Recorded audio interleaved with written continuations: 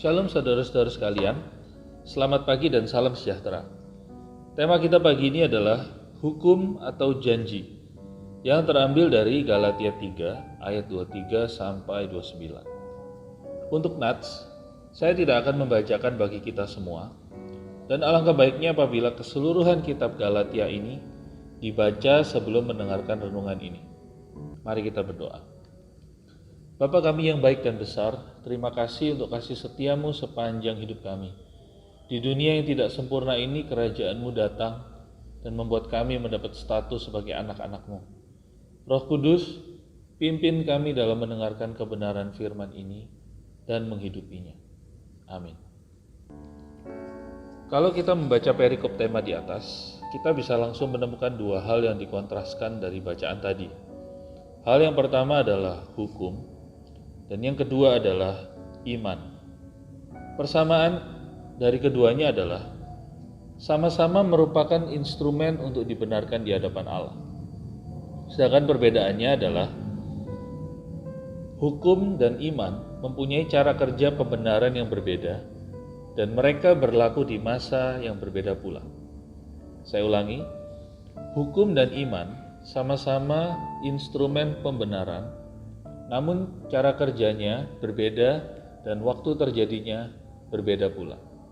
Oke, dari persamaan dan perbedaan dua hal ini, ada satu kosakata yang kita sering dengar dan sangatlah penting untuk kita lebih memahaminya, yaitu pembenaran. Kenapa pembenaran adalah hal yang penting? Kita tahu sepanjang kisah dalam Perjanjian Lama, kita banyak melihat contoh peristiwa umat manusia jatuh bangun dalam usaha mereka menjalin hubungan dengan Allah. Dan apabila Tuhan menyatakan seseorang dalam hubungan yang benar dengannya, mereka akan diampuni, diberikan tempat sebagai keluarga Allah, dan diubahkan oleh kasih karunia-Nya. Kisah yang paling terkenal tentu saja adalah Abraham. Di Kejadian 15 ayat 6 disebutkan, "Lalu percayalah Abram kepada Tuhan, maka Tuhan memperhitungkan hal itu kepadanya sebagai kebenaran." Ini artinya bahwa Abraham dibenarkan karena iman percayanya kepada Tuhan. Dan selebihnya kita tahu ceritanya. Bangsa Israel menganggap bahwa Abraham adalah bapa dan panutan mereka. Hal ini sudah menjadi identitas mereka yang mereka anggap penting. Jadi konsep pembenaran ini sudah mengakar kuat bagi bangsa Israel sejak awal, yaitu pembenaran yang berdasarkan iman. Bagaimana dengan hukum? Ternyata sejak bangsa Israel mengenal hukum, pembenaran itu diberikan bagi barang siapa yang menaati dan melakukan hukum tersebut. 10 perintah Allah memang terlihat sedikit dan mudah, tetapi bayangkan apabila dijabarkan. 10 perintah itu akan menjadi 613 poin yang sangat detail. Dan sampai pada hari ini, penganut agama Yahudi masih mempraktekannya. Lalu bagaimana apabila hukum itu tidak bisa dilakukan, tidak bisa ditaati? Ternyata mekanisme pembenaran itu dilakukan dengan memberikan korban bakaran yang jenisnya ada banyak sekali. Intinya, barang siapa melanggar dan berdosa, yang bisa membuat mereka benar adalah apabila korban yang mereka berikan tidak bercacat celah dan sesuai standar Tuhan. Selesai? Oh, tentu tidak. Imam yang mempersembahkan korban itu pun harus tidak bercacat celah pula di hadapan Tuhan. Dan segala ritual dan peraturan itu sangatlah penting bagi bangsa Israel, dan diatur dalam kitab-kitab khusus seperti imamat dan bilangan. Jadi sudah bisa mulai membayangkan bedanya? Mana yang kira-kira lebih mudah menurut saudara? Iman seperti Abraham atau taat hukum seperti bangsa Israel? Jadi sekarang kita tahu bahwa ternyata di Perjanjian Lama, pembenaran karena iman dan pembenaran karena hukum sudah pernah dialami oleh umat Tuhan. Dan kalau kita buat timeline-nya atau kronologisnya, masa pembenaran oleh iman dimulai ketika Abraham percaya pada janji Tuhan. Dan masa pembenaran karena hukum dimulai sejak bangsa Israel berkata, "Segala yang difirmankan Tuhan akan kami lakukan." Lalu hukum itu berlaku. Lalu apa korelasinya dengan kita masa ini? Dengan kita yang menghidupi di zaman ini sekarang? Tentu kita harus bersyukur pada Allah karena kasih-Nya kepada kita. Jawabannya adalah kita hidup di masa pembenaran oleh karena iman semata. Yesus Kristus yang adalah keturunan Abraham sudah datang.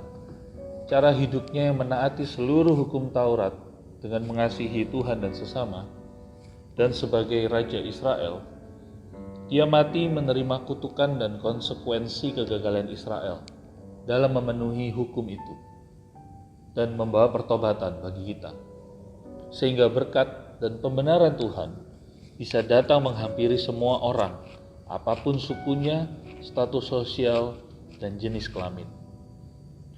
Paulus dalam suratnya kepada jemaat di Galatia ingin mengatakan bahwa ketika seseorang percaya dengan iman kepada Kristus Yesus dan karyanya, hidupnya, kematiannya, dan kebangkitannya menjadi milik mereka. Atau dengan kata lain, aku sudah disalibkan bersama Mesias, dan bukan aku yang kembali dari maut, tetapi Mesias yang hidup di dalamku.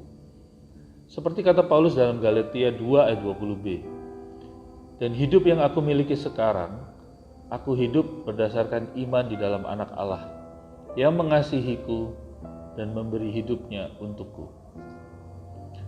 Jadi kita sekarang adalah anak-anak Allah karena iman dalam Kristus Yesus. Dan jikalau kamu adalah milik Kristus, maka kamu adalah keturunan Abraham dan kamu berhak menerima janji Allah.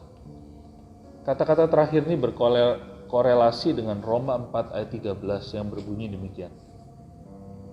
Sebab bukan karena hukum Taurat telah diberikan janji kepada Abraham dan keturunannya bahwa ia akan memiliki dunia, tetapi karena kebenaran berdasarkan iman. Ya, kita tidak sedang salah dengar. Apa janji Allah kepada Abraham dan keturunannya? Benar, memiliki dunia. Allah sudah membuat perjanjian dengan Abraham bahwa keturunannya akan memiliki dunia. Dan sejak 2000 tahun lalu, keturunan Abraham yang bernama Yesus itu datang, memenuhi perjanjian dan menggenapi perjanjian tersebut. Sekarang Kristus adalah Raja kita, dan kita adalah anak-anak Allah. Dan kita bisa memiliki apa yang Bapa kita miliki. Lebih mengerucut lagi, apa yang diterima oleh Abraham ketika dia menaati janji Allah. Abraham mendapatkan kekayaan. Abraham mendapatkan keturunan. Abraham mendapatkan perlindungan. Dan tentu saja yang paling mulia adalah dia dibenarkan. Dia mendapat identitas sebagai orang yang benar. Selamat merayakan iman dan perjanjian mulia itu. Tuhan Yesus memberkati. Mari kita berdoa. Yesus, terima kasih atas segalanya, dan terlebih untuk kebenaran yang sudah kami terima.